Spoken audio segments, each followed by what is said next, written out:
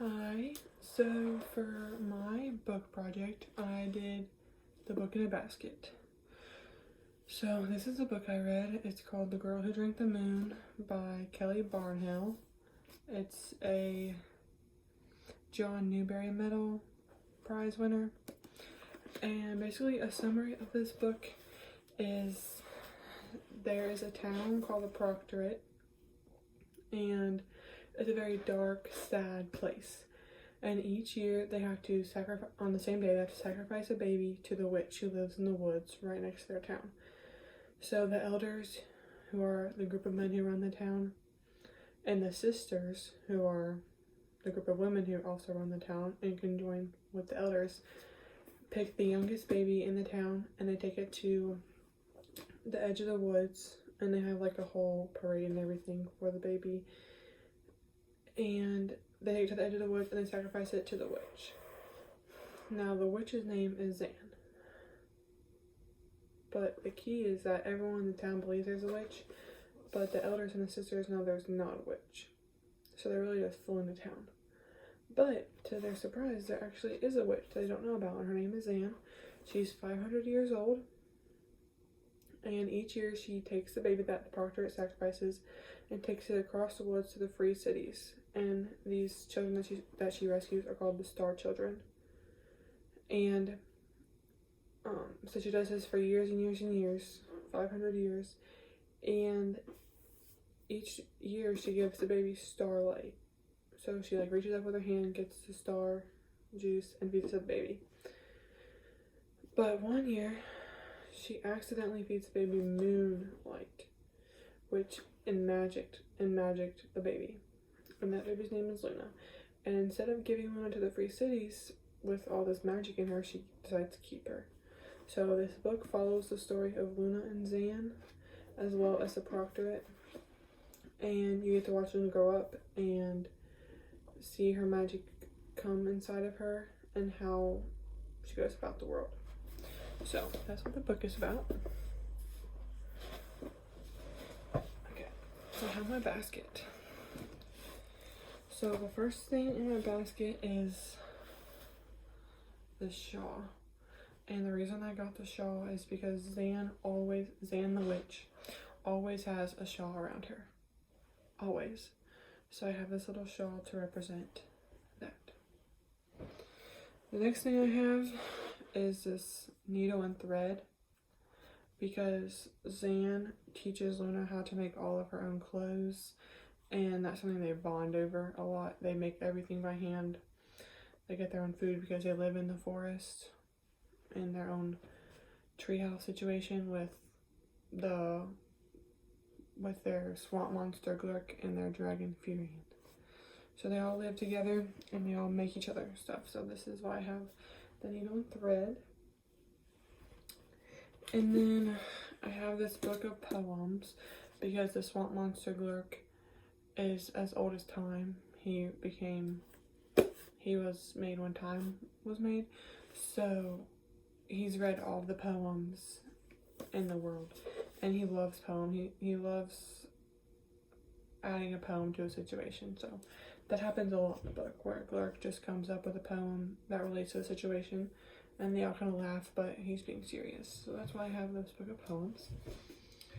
And then the next thing I have is this sleep mask with stars on it, because I think it represents the fact that the Star Children, who are now in the free cities away from the Proctorate, are really blinded by the life that they had before.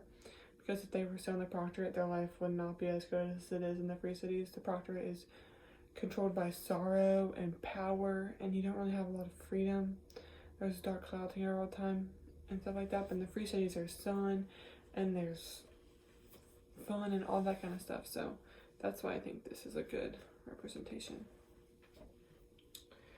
Next, I have this moon charm. It's usually on a necklace, but it is not on the necklace.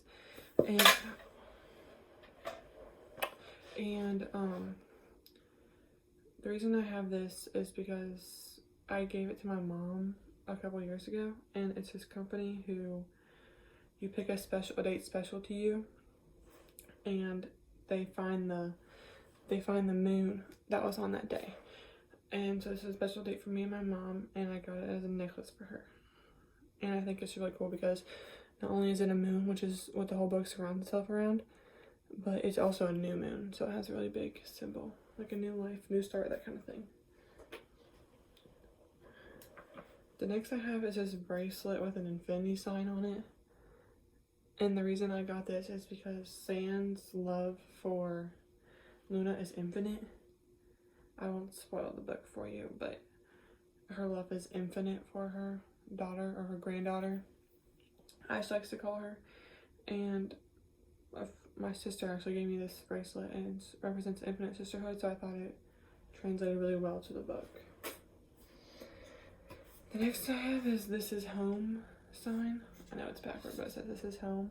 And the reason I have this sign is because Zan and Luna surround themselves and bring all their happiness to their home.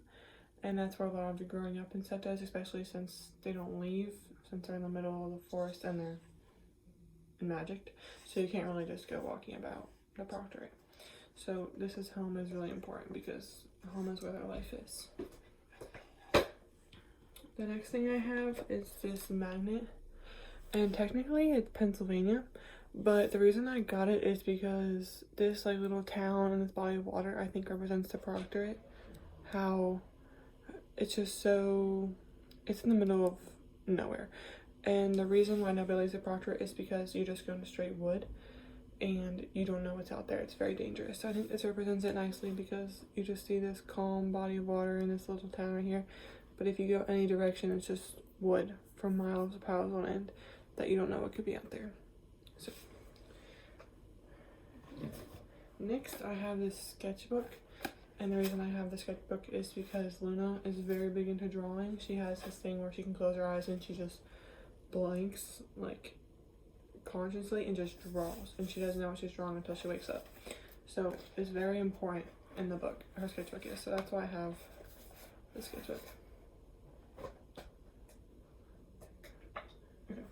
And then the last thing I have are these black pair of boots. And the reason I have a black pair of boots is because towards the end of the book, a pair of boots becomes really important. They're called the 7 League boots, and basically whoever puts them on, they like grip onto that person, and you can't take them off unless it's through magic. And so the person who's wearing the boots becomes magicked, and you can do almost anything. So it becomes a really important part of the book because the person who is now writing the boots shouldn't be. So it's a really big part of that. And so I think that's all 10. 1, 2, 3, 4, 5, 6, 7, 8. 1, 2, 3, 4, 5, 6, 7, 8. Okay, just to go over one more time, I have the black pair of boots, sketchbook, "This is home" sign, book of poems, infinity bracelet, moon charm, needle and thread,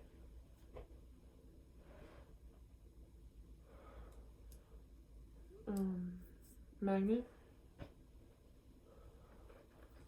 star mask, and a shawl. So, The Girl Who Drank the Moon, amazing book.